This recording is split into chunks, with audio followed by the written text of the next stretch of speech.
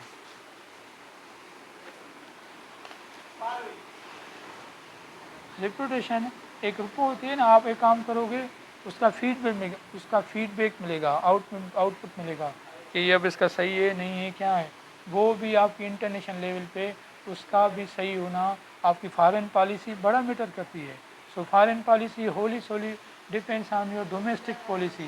Domestic آپ کا کتنا سیونگس ہے، army, economy, politically, social values, social problems, economic, religious, media, judiciary, یہ سب چیزیں دیکھی جاتی ہیں. اس طرح تھوڑی فارن پالیسی بنتی ہے جہاں اس کے بغیر جو ہے آپ کا انٹرنیشنل لیول پہ جو ریپوٹیشن ہے نہیں چیک کرتے.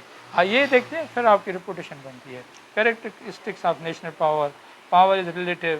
جس طرح آپ دیکھو ریلیٹیوٹی بھی ضروری ہے. اب دیکھو آپ کے پاس کتنا وہ وار ہیڈس ہیں، انڈیا کے پاس کتنا ہے. آپ کی ایجوکیشن کتنی ہے، انڈیا کی دیکھیں، سری لنکا کی دیکھیں، تو یہ چیزیں بھی پاور میں نیشنل پاور جو نیشنل پاور آف اسٹیٹ ہوتا ہے اس میں میئر ہوتا ہے. پھر power depends upon situation, no doubt its effect. Power is dynamic, power with the passage of time, with the interest of every nation states وہ چینج ہوتا رہتا ہے. تو that is all about power, national power. اس کے بعد ہے ہمارا جو نئی ٹاپک ہے balance of power. Next lecture میں ہم بیلنس آف پاور پڑھیں گے انشاءاللہ.